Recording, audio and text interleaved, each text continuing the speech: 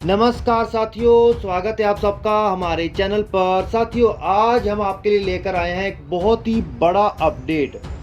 भारत जिसने रशिया से S-400 missile defence system खरीदा है, वो आने वाले समय में रशिया से S-500 मिसाइल डिफेंस सिस्टम भी खरीद सकता है।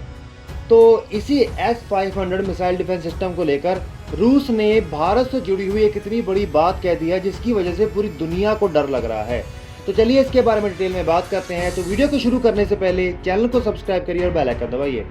साथियों, इतना तो हम सब जानते हैं कि भारत अपनी रक्षा को लेकर या फिर अपनी रक्षा को लेकर कोई भी हथियार खरीदना हो किसी देश से, तो किसी भी प्रकार का समझौता नहीं कर रहा।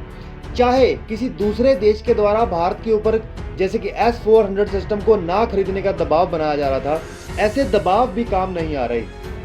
इसी के चलते भारत ने 400 जैसे मिसाइल डिफेंस सिस्टम को रशिया से खरीदा और इसी साल के अंत तक इसकी डिलीवरी भी शुरू हो जाएगी। और भारत से अपने स्ट्रेटजिक प्लान के चलते अपने शहरों को प्रोटेक्ट करने के लिए किसी भी न्यूक्लियर मिसाइल अटैक या किसी भी न्यूक्लियर अटैक को जो चाहे किसी फाइटर जेट के माध्यम से ड्रॉप किया जा रहा हो, उससे बचाने के लिए इसे डिप्लॉय कर दिया जाएगा।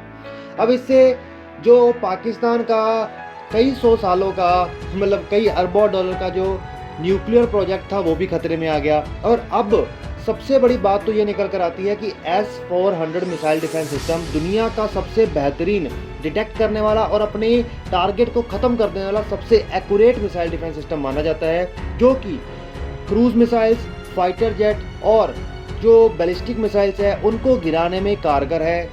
साफ तौर पर अगर कोई बैलिस्टिक मिसाइल से हमला करेगा तो न्यूक्लियर अटैक करने का प्रयास ही करेगा या फिर कोई बड़ा अटैक करने का प्रयास करेगा। लेकिन अब जो S-500 defence system Russia Bharat को देना चाहता है, वो S-500 डिफेंस सिस्टम उससे भी कई गुना ज़्यादा घातक है। हम सब जानते हैं कि आने वाली दुनिया में जो वॉरफेयर टेक्नोलॉजी होगी, युद्ध होंगे, वो मिसाइल्स के ऊपर या फिर ड्रोन्स के ऊपर ज़्यादा बेस्ड होंगे। तो बड़ी बड़ी मिसाइल्स बनाई जाएंगी। आज के समय में लगभग हर देश के पास ही ऐसी घातक मिसाइल्स हैं जो काफ़ी लंबी दूरी तय कर सकें और काफ़ी तेज उड़ सकें। लेकिन आज भी दुनिया कहीं ना कहीं इस चीज़ से थोड़ी सी दूर है कि किसी भी देश के पास हाइपरसोनिक क्रूज मिसाइल्स या फिर फास्टेस्ट बैलिस्टिक मिसाइल्स नहीं है, चाहे वो पूरी दुनिया को अपनी कवरेज में ले रही हो। रशिया को छोड़कर किसी भी देश के पास फास्टेस्ट बैलिस्टिक मिसाइल या फास्टेस्ट क्रूज मिसाइल्स नहीं है, या हाइपरसोनिक क्रूज मिसाइल्स नहीं है, या फिर स्टेल्थ फाइटर्स को गिराने वाली मिसाइल्स नहीं है।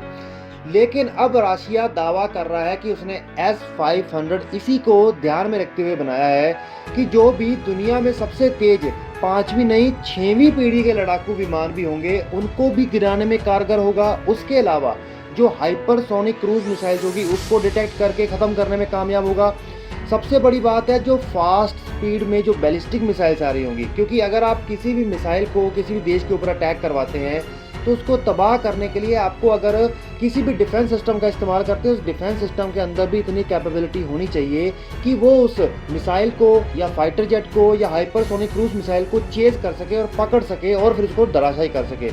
अगर कोई भी डिफेंस सिस्टम किसी मिसाइल सिस्टम को चाहे डिटेक्ट कर ले, लेकिन अगर उसकी रफ्तार कोई नहीं पकड़ पाएगा तो किस प्रकार से वो उसको तबाह कर पाएगा अपने टारगेट से पहुंचने से पहले।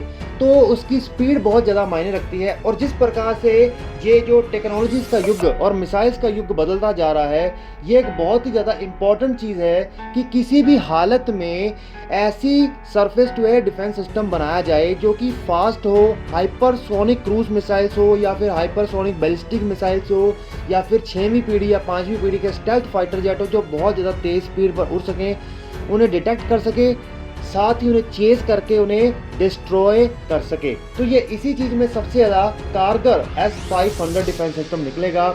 और रशिया ने कहा है कि भारत इसका सबसे पहला खरीदार निकलेगा और सबसे बड़ा खरीदार निकलेगा। उन्हें कहा है कि हम सब जानते हैं कि रशिया की जो अर्थव्यवस्था है वो हथियारों के बेचने पर ही टिकी है, और जिसमें सबसे बड़े सामान बेचने वालों में भारत के ऊपर विश्वास करता है, क्योंकि चाइना अगर इनसे कोई हथियार खरीदता है तो वो उसकी कॉपी कर लेता है, कॉपी कैट की तरह। तो उससे वो कहीं ना कहीं डरता है। तो वो इसीलिए भारत की तरफ निगाहें टिकाकर बैठा है कि भारत उसका एक सबसे बड़ा और सबसे खतरनाक बायर होगा। इस S-500 डिफेंस सिस्टम को लेकर हमें पूरी उम्मीद है और इसमें कोई डाउट नहीं है कि जैसे कि भारत की नीति चल रही है, S-500 सिस्टम की कामयाब होने की सबसे बड़ी बात तो ये है कि खुद यूएसए ये खुलासा कर चुका है कि ये जो S-500 मिसाइल सिस्टम होगा ये दुनिया का सबसे ज़्यादा ऊंचाई में जाने वाला surface to air missile system है। इसकी मिसाइल्स 480 किलोमीटर की ऊंचाई को छू चुकी हैं, जो कि लगभग हमारे जो वायुमंडल है उसको भी क्रॉस करके 80 किलोमीटर आगे चली जाती है। तो ये लगभग मतलब ये आप ये नहीं कह सकते दुनिया की सबसे फास्टेस्ट सबसे ऊंची मिसाइल्स को गिराना तो इसकी हद में आ ही गया है। साथ ही साथ लो अर्थ ऑर्बिट में अगर कोई ऐसा सैटेलाइट है जिससे दुश्मन को कमज़ोर किया जा सकता है, ऐसे सैटेलाइट्स को गिराने में भी ये कारगर होगी। मतलब यूएसए जैसा देश भी इससे डर रहा है, तो ऐसी कोई डाउट ही नहीं है कि भारत किसी भी हालत में इसे ना खरीदे।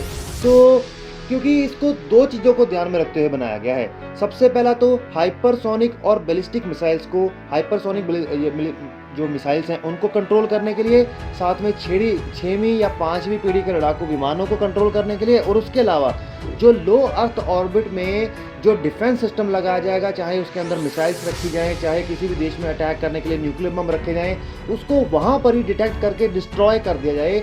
मतलब एक प्रकार का आप कह सकते हैं कि एयर स्पेस में जो वॉरफेयर की टेक्नोलॉजी बढ़ती जा रही है उसको भी न्यूट्रलाइज करने के लिए बनाया जा रहा है। और ये एक भारत के लिए एक बहुत बड़ी ज़रूरत भी है, क्योंकि चाइना ये दावा कर रहा है कि उसने ऐसी मिसाइल्स बना ली हैं जो कि सैटेलाइट्स को भी गिरा सकती हैं। तो अब भारत को भी ज़रूरत है कि जब तक वो भारत के अंदर ऐसी कोई मिसाइल्स ना बना ले या कोई ऐसी टेक्नोलॉजी ना बना ले, तो भारत के पास भी ऐसी मिसाइल्स होनी चाहिए जो कि चाइना के सैटेलाइट्स को गिरा सके, मिलिट्री सैटेलाइट्स को गिरा सके, जिससे कि वो वॉर जैसी सिचुएशन में भारत के ऊपर एज हासिल ना कर सके। तो साथियों आप लोग बताइए कि आपको कैसा लगता है कि ये सच में भारत के द्वारा खरीदने के लिए फ़ायदेमंद होगा। तो चलिए साथियों वीडियो का अंत करते हैं, चैनल को सब्सक्राइब करें, बेल आइकन दबाइए।